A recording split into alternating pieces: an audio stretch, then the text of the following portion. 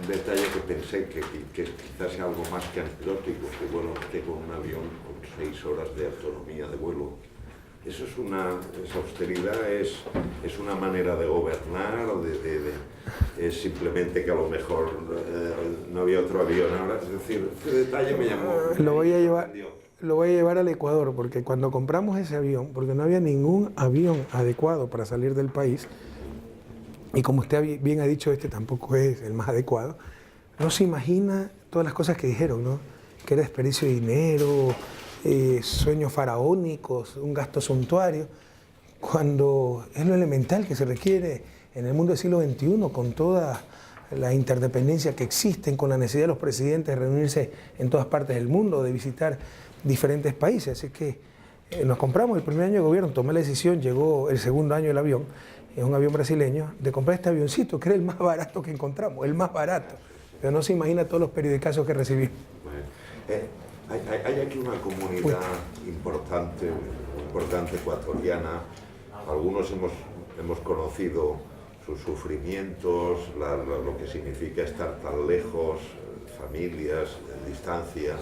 Y muchos de ellos ahora están volviendo, ya tienen claramente en la cabeza volver, ¿no? Más allá de las cifras macroeconómicas, ¿qué les espera a estos ecuatorianos que han estado aquí 5 años? Un país profundamente diferente al que dejaron, con tanto dolor, como usted ha dicho, hace 12, 13 años, cuando sufrimos una de las peores crisis, más que económica, financiera. Hay una diferencia entre esos dos términos, de la historia del país. Y con temor vemos que muchos rasgos de esa crisis se repiten aquí en España, y muchas de las medidas que nos llevaron a un mayor fracaso, a profundizar los problemas, no a resolverlos. Entonces el país que dejaron, y por eso lo tuvieron que dejar, era un país dominado por el capital financiero, por poderes fácticos, donde la gente no importaba, a tal punto que cuando empieza la crisis bancaria, hasta congelan los depósitos de la gente. O sea, si usted tenía plata en un banco, su dinero, le dijeron, usted no lo puede sacar, porque tenemos que proteger a los bancos. Con la depreciación del sucre, cuando le congelaron los depósitos, era 10.000 sucres dólar. Si tenía 1 millón de sucres eran 100 dólares. Le devuelven un año después, ya en dólares, pero a 25.000 sucres dólar. En vez de darle 100 dólares, le devolvieron solo 40 dólares. Es decir, le robaron 60% de su ahorro. La economía decreció 6%, el desempleo alcanzó el 12-14%. Ante tanto latrocinio, ante tanta falta de oportunidades, 2 millones de ecuatorianos nos salieron en 3-4 años. Muchos de ellos a España por el idioma y porque no se requería visa. Ese es el país que dejaron nuestros migrantes. Un país que nos habían robado hasta la esperanza, en el que nos habían robado hasta la esperanza, la autoestima. Los corruptos, los perezosos, los incapaces, las buenas carreteras, eso lo puede tener Colombia, Perú, España, pero Ecuador tiene buenas carreteras. Hoy Colombia, Perú, Chile, dicen cómo quisiéramos estar en las carreteras del Ecuador. Hoy se ha rescatado el Estado como representante de los intereses colectivos. Se está rescatando la educación, la salud. No hemos superado todos los problemas ni de lejos, pero es claro que el país no retrocede, sino que avanza. Pero sobre todo, ya ese país lo manejan el soberano, el mandante, el pueblo ecuatoriano. Ese país y ese Estado actúa en función de las grandes mayorías, no en función de unos cuantos grupos. Y esa probablemente es la mayor diferencia que encuentran los migrantes si deciden regresar a su patria. Hay un perfil de gobernante en Latinoamérica, que a veces aquí llamamos populistas, en los que uno detecta el deseo de cambiar a veces injusticias o de décadas. No hay a veces el riesgo de saltarse la legitimidad. ¿Cómo uno, cuando manda, resuelve ese dilema de respetar la legitimidad y en un tiempo corto cambiar el curso a veces casi de la historia, ¿no? ¿Qué más ilegítimo que la pobreza? ¿Qué más ilegítimo que la miseria? Más aún en un continente como el latinoamericano, donde teníamos todo para ser de las regiones más prósperas del planeta. Sí, esa es parte de nuestro mensaje, ¿no? En América Latina, en Ecuador, no ha habido democracia, ha habido elecciones, ha habido formalidades, pero democracia real, igualdad de oportunidades, etcétera. Eso jamás ha existido y no podemos seguir esperando por aquello. Algunas veces se confunde populismo con popularidad. Somos gobiernos altamente populares, pero en el caso del gobierno ecuatoriano, somos el gobierno más técnico de la historia y uno de los más técnicos, si no el más técnico de América Latina. Yo tengo una tesis que suena paradójico, lo tengo en mi libro, que lo que verdaderamente ocurrió en América Latina y particularmente en Ecuador fue el populismo del capital. Si usted define populismo como querer contentar a todo el mundo todo el tiempo, no hacer lo que se tiene que hacer, sino lo que busca contentar a la mayoría durante cierto periodo de tiempo, eso es lo que ocurrió, pero no con los seres humanos, sino con el capital. Todas las políticas que se aplicaron en las últimas décadas fueron en función del capital para tener contentos a los banqueros, a sus representantes, fondos monetarios, burocracias internacionales, burocracias nacionales, tecnócratas como el Banco Central, para decir que el riesgo país estaba bajo, que los indicadores financieros estaban en un excelente estado, así la gente quisiera salir hasta nado de la patria que la vio nacer. Entonces lo que ha existido, si algo ha existido de populismo en Latinoamérica y en Ecuador, fue un populismo del capital. Está claro que es usted una persona que aprovecha su tiempo milimétricamente. La cumbre, ¿qué balance hace? Es decir, ¿cree que usted ha invertido bien su tiempo? Por supuesto que lo hemos invertido bien, porque vinimos desde el martes en el avioncito de 6 horas de autonomía, de un viaje bastante largo, y pasamos por Milán, el norte de Italia, donde hay una gran población migrante ecuatoriana. Nos había invitado a la Universidad Milano Bicocca de esa ciudad, tuvimos encuentros con migrantes, luego fuimos a Sevilla y de recién ahí pasamos a Cádiz para propiamente la cumbre. De hecho llegamos el viernes de mañana, cuando la inauguración era el viernes de tarde, y tuvimos oportunidad de entrevistarnos con el rey Juan Carlos, con el presidente Rajoy. Después al día siguiente también tuvimos bilaterales con el presidente de Haití, vicepresidente de Argentina, presidente del BID. Entonces, como verá, sí aprovechamos el tiempo. La cumbre en sí mismo más bien tiene un contenido emblemático. Da la oportunidad para estos encuentros, eso es lo eficiente. De ahí prácticamente no se decide nada, ¿no? Sino que todas son declaraciones y ya los documentos están consensuados, pero tenía un contenido emblemático más aún cuando se realizaba en Cádiz, a los 200 años de la Constitución, la PEPA, que tuvo incluso una gran influencia en los procesos independentistas de América Latina. Sin embargo, sí hay que reflexionar sobre esto, ¿no? Y ya hay propuestas ya hay una comisión de trabajo liderada por el expresidente Ricardo Lagos de Chile, para cambiar la mecánica de estas cumbres y la periodicidad de estas cumbres, que no sean cada año, sino cada 2 o 3 años. ¿A usted le parece que hay que...? Sí, si me pregunta a mí, debería ser cada 3 años esta clase de cumbre, porque además el esfuerzo, usted lo ha dicho, ¿no?, es bastante grande. Una veintena de presidentes cruzando el Atlántico, jet lag, sí. La gente durmiendo en la plenaria por el desfase en cuanto a horarios. Entonces, consume muchos recursos, consume mucho tiempo, mucho esfuerzo, y valdría entonces espaciarlo un poco en el tiempo. Repasando ayer las notas de prensa de estos días, me llamó la atención una de Repsol, donde dicen que les gustaría seguir en la inversión en Ecuador, pero que acaba, creo, este año próximo. 2018 me parece que acaba. ¿De 2018? No, sí. ¿Qué perspectivas tiene de que esto suceda? ¿Cómo valora un poco este tipo de inversión, la de Repsol, que es bastante, digamos, simbólica? Bueno, es una reflexión algo integral, ¿no? Primero, la necesidad de aprovechar en forma siempre responsable, ambiental y socialmente, nuestros recursos naturales, porque hay movimientos fundamentalistas de Ecuador, muchas veces impulsados, incluso financiados por instancias extranjeras, ONGs, etcétera, que buscan imponer en nuestros países lo que nunca lograron en los suyos, que se oponen pues a la explotación de recursos. ¿Cómo salimos de la miseria? No, que la economía extractivista. Claro, superar la economía extractivista no es decir cerremos el petróleo, cerremos las minas, sino movilizar esos recursos a otros sectores, desarrollar agricultura, industria, turismo, sector servicios, la economía del conocimiento. Pero hay estas posiciones extremistas e infantiles que nos dicen no al petróleo, etc. Nosotros hemos hablado muy claro del pueblo ecuatoriano, lo hablamos en la campaña del 2009. Yo fui electo en abril del 2009 para el nuevo periodo y se les dijo, vamos a explotar nuestro potencial minero, nuestro potencial petrolero al máximo y con toda responsabilidad ambiental y social, y ganamos en una sola vuelta, algo inédito en un país como Ecuador. Pero para algunos esa es la democracia, ¿no? Cuando gano, sí, maravilloso, la mayoría, el voto, etc. Cuando pierdo, no, derecho a resistencia y me salgo y sigo tratando de imponer mi agenda política si haya sacado 1 o 2% de los votos. se acerca una nueva campaña electoral, de nuevo será uno de los temas centrales, hablaremos muy claro con el pueblo ecuatoriano y en función de su decisión democrática, pues que yo creo que nos favorecerá, seguiremos con una política responsable de aprovechamiento de nuestros recursos naturales. Dentro de esa política responsable está la 11ª ronda petrolera para explorar el suroriente. El suroriente del Ecuador, el petróleo está en el nororiente, el suroriente no se ha explorado siquiera. Hay gente que se opone a la exploración, lo cual prácticamente no tiene impacto ambiental, es decir, ni siquiera quieren que tengamos decisiones informadas, saber cuánto estamos perdiendo, etcétera, o cuánto estamos dejando de ganar.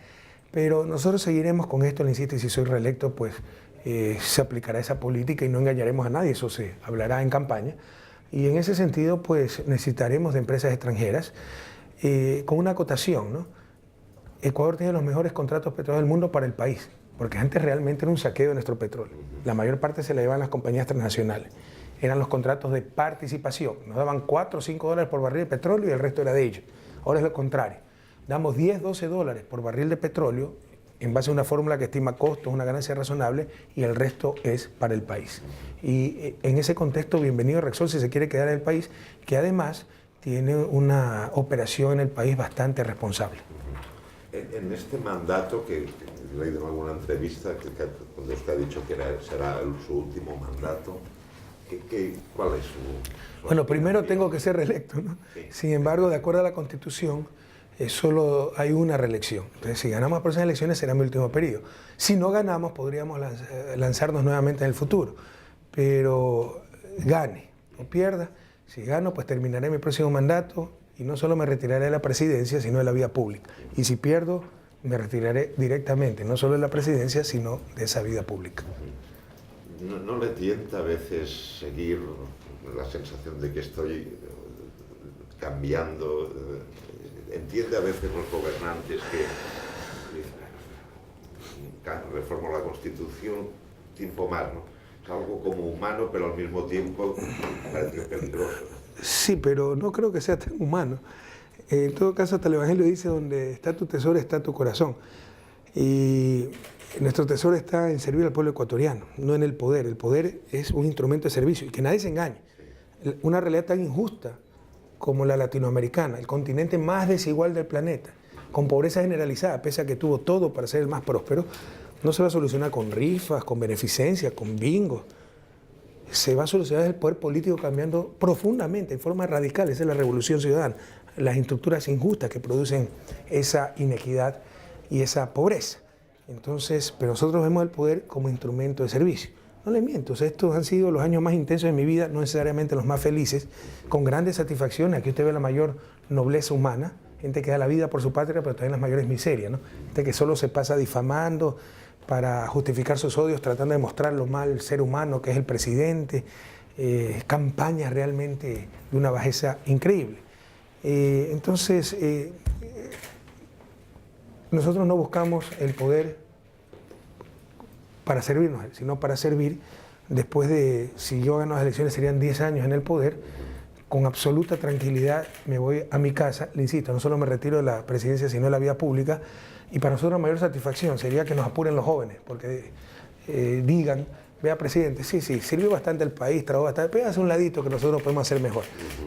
El día en que nos digan eso los jóvenes será uno de los días de mayor satisfacción de nuestras vidas, porque habremos cumplido gran parte de nuestro cometido, formar nuevos cuadros para que continúen con ese proceso de cambio en el país. En este mundo de ámbito injusto que desde fuera parece Latinoamérica, ¿usted cree que Estados Unidos finalmente han ido aceptando un poco, respetando un poco más la independencia de los diferentes países? Lamentablemente no, y no lo digo por el gobierno de Estados Unidos en estos momentos. Estamos muy contentos con la reelección del presidente Obama, en lo personal lo aprecio mucho, creo que es una gran persona, un gran ser humano. Pero hay unos grupos de extrema derecha en Estados Unidos que son terribles. Y creo que esos grupos no es que sean moderados, se han radicalizado. Más aún frente a los procesos progresistas en América Latina. Cuando ven que pierden el dominio sobre esos países, financian a la oposición, hacen unas declaraciones, pero impresionantes. O sea, y no solo en Estados Unidos, en Reino Unido. Frente a este problema de Julian Assange, un diario que definió al gobierno ecuatoriano como un dictador de izquierda que trata con puño de hierro a sus opositores. O sea, en Ecuador tiene las cárceles repletas de opositores políticos seguramente no existen elecciones, seguramente nosotros no tenemos ningún apoyo popular. O sea, crean unas fantasías para justificar sus odios y actúan sin límite ni escrúpulos. Entonces, creemos que los peligros están latentes, le insisto, no necesariamente de parte del gobierno de Estados Unidos, sí de instancias públicas de Estados Unidos. La CIA, todas esas agencias tienen agenda propia. Además de estos grupos de extrema derecha, ahora la táctica es hacer sus ONGs, sus think tank, para permanentemente tratar de desestabilizar a los gobiernos progresistas de América Latina. Así que no hay que subestimar todo esto, ¿no? Estamos aquí en Barcelona, cuyo gobierno, el gobierno de Cataluña, ha iniciado un proceso en favor de la autodeterminación, del derecho a convocar un tipo de referéndum. Aquí viven casi 80.000 ecuatorianos, hay 15.000 niños ecuatorianos escolarizados aquí. ¿Cómo ve usted ese proceso el proceso de esta aspiración y la posibilidad de que Cataluña se separe de España? No quisiera opinar sobre asuntos internos de España, más aún asuntos tan delicados. Hace un momento me hicieron la misma pregunta en una entrevista en televisión. Lo que sí presenté es la siguiente reflexión, ¿no? Tomar decisiones tan trascendentales, tan históricas, tan profundas en un contexto de crisis es un poco peligroso, porque los ánimos no son los mejores, ¿no? La gente está indignada, frustrada, molesta. Y le puse de ejemplo el caso ecuatoriano, cuando por la crisis que tuvimos se confundieron, bueno, deliberadamente, ¿no? También quienes nos dominaban en esa época, pero causas con efecto. La causa de la crisis ecuatoriana fue la irresponsabilidad de los banqueros, el fundamentalismo neoliberal que en el 94 reforma la ley de instituciones financieras, asumiendo que solitos los bancos se iban a autorregular. Hicieron lo que les dio la gana, con la plata de los depositantes. Y eso nos llevó a la crisis del 99. Esa fue la causa de la crisis. Y la injerencia de ese poder financiero en el poder político. Tenían legisladores a sueldo. En las instancias públicas, el Banco Central, autónomo del gobierno, pero era una dependencia de los bancos, triplica la emisión monetaria para salvar esos bancos y eso destruye la moneda nacional. Ese fue el efecto, la destrucción de la moneda. La causa fue la crisis y dentro de esa crisis el poder de los banqueros, su influencia en el poder político y el fundamentalismo neoliberal. Pero se llegó a la conclusión más disparatada, confundiendo, insisto, causas con efectos. No, que la causa de la crisis había sido el mal manejo monetario, que no teníamos capacidad de manejar moneda, y se eliminó la moneda nacional.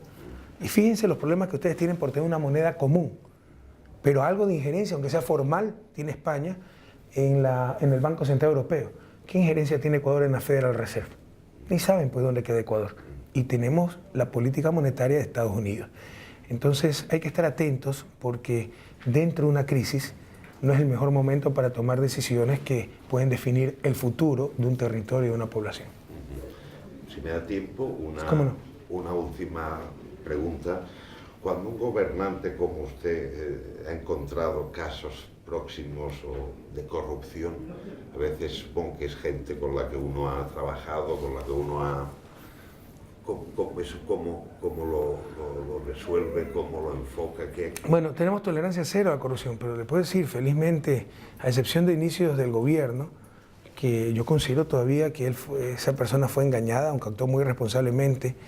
El caso de corrupción generalizada en el Ministerio de Deportes, no hemos tenido personas cercanas, ¿no? Esa confianza muy grande que hayan traicionado esa confianza, hayan traicionado nuestros principios y hayan caído en actos de corrupción. Pero en todo caso, si aquello hubiera pasado, actuaríamos con cero tolerancia, porque somos muy firmes en esto y es uno de los grandes males de los que ha sufrido América Latina. ¿Qué les va a transmitir ahora a sus compatriotas esta mañana? Que en estos encuentros de imágenes, ayer el de Murcia, eran desbordantes, bonitas. ¿Qué procura? Por si acaso, la experiencia más intensa que tenemos en el ejercicio del gobierno son esos encuentros con nuestra gente. Y los encuentros con nuestra gente en el extranjero son mucho más profundos. Es una emoción, créame, inmensa, porque además, sinceramente, no es que lo digo políticamente, como humano, lo he escrito en mi libro, como economista. Para mí los migrantes es algo extremadamente importante, ¿no? Porque ellos no salieron voluntariamente del país, fueron exiliados, son exiliados de la pobreza, fueron expulsados de su propia patria por el abuso del capital financiero. Y atentos que cosas similares están pasando en España y en Europa. Y lejos de olvidarse de su tierra que los trató tan mal, o más que su tierra, los gobiernos que manejaban su tierra, con el sudor de su frente se ganaban unos dólares aquí, en Cataluña, en Murcia, en Madrid, en Milán, en Génova, en Nueva York, unos euros, y los mandaban al país. Y esas eran las remesas de migrantes que fueron las que sostuvieron la economía, ayudaron a superar la crisis del 99 y sostuvieron la economía hasta antes de nuestro gobierno. Entonces a esa gente incluso le debemos que hubiéramos podido comer después de tremenda crisis. Y como economista me revelaba grandemente, ¿no? Escuchar pues los grandes y sesudos análisis económicos y que el riesgo país y que la solvencia financiera, cuando la gente quería salirse hasta nado de la patria que los vio nacer. Entonces creo que tenemos una gran deuda con nuestros migrantes. Entonces esos encuentros con nuestros hermanos en el extranjero son una profunda emotividad. ¿Qué les voy a decir? Siempre rendimos cuentas de para qué hemos venido, que no hemos venido a turistear. Antes de la cumbre, pues les di una rendición de cuentas en Milán, en Sevilla, donde me habían invitado sendas universidades a dar unas conferencias.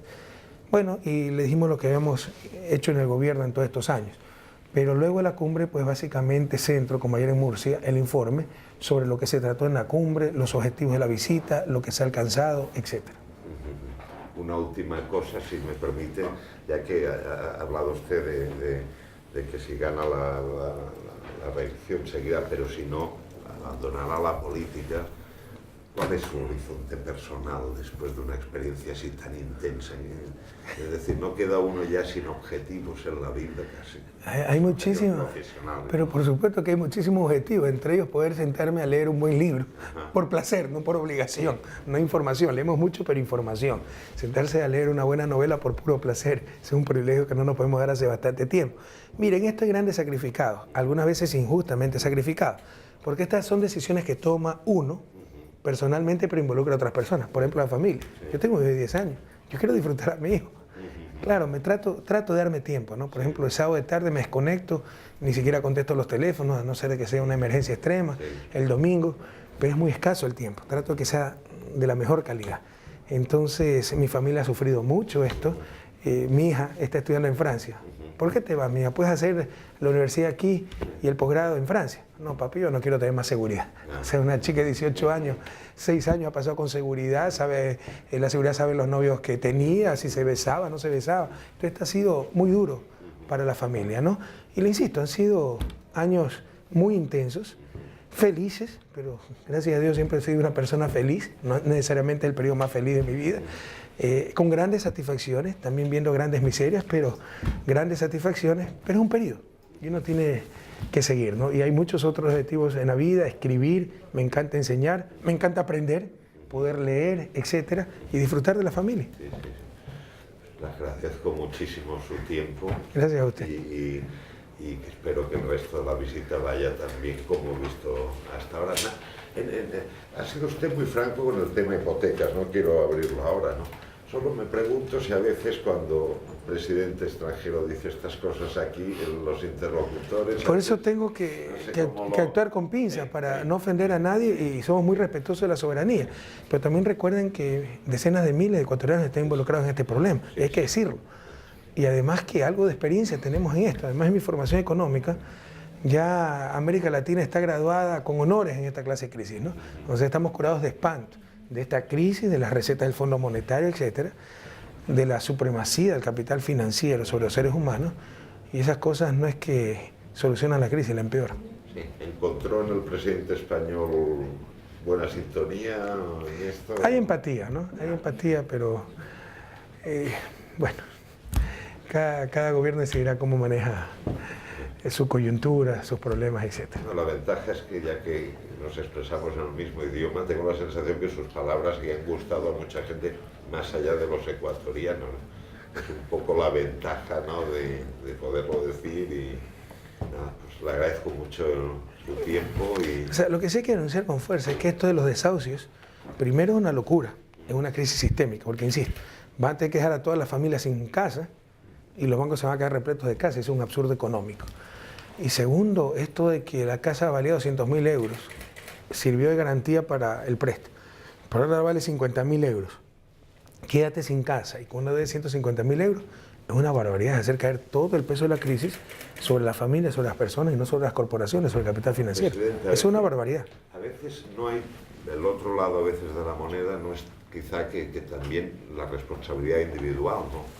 A nadie nos han obligado a ir a un banco a pedir un crédito, es decir, que a veces tengo la sensación que la contrapartida... Pero aquí no se trata de irresponsabilidad individual, se trata de una crisis sistémica, se trata de deudores de buena fe, pero colapsó la economía y parte de ese colapso es por el mal manejo financiero.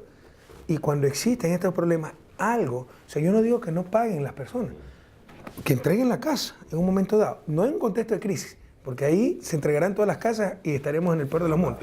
Pero individualmente, si fueran 10, 15 casas, que se entregue la casa, pero que eso extinga la deuda, porque si no, quiere decir que todo el riesgo está cayendo sobre los seres humanos, no sobre el capital. Y éticamente, el riesgo lo debe asumir el capital, o al menos la mayor parte de ese riesgo. ¿Sí? Muchísimas gracias a usted por su tiempo y espero que el resto de la visita Muchas gracias. vaya muy bien, presidente. Se llama Periódico Vanguardia. La Vanguardia es un diario muy sólido en Barcelona. ¿De izquierda? No, es centro derecha, pero ha sido siempre un diario civilizado.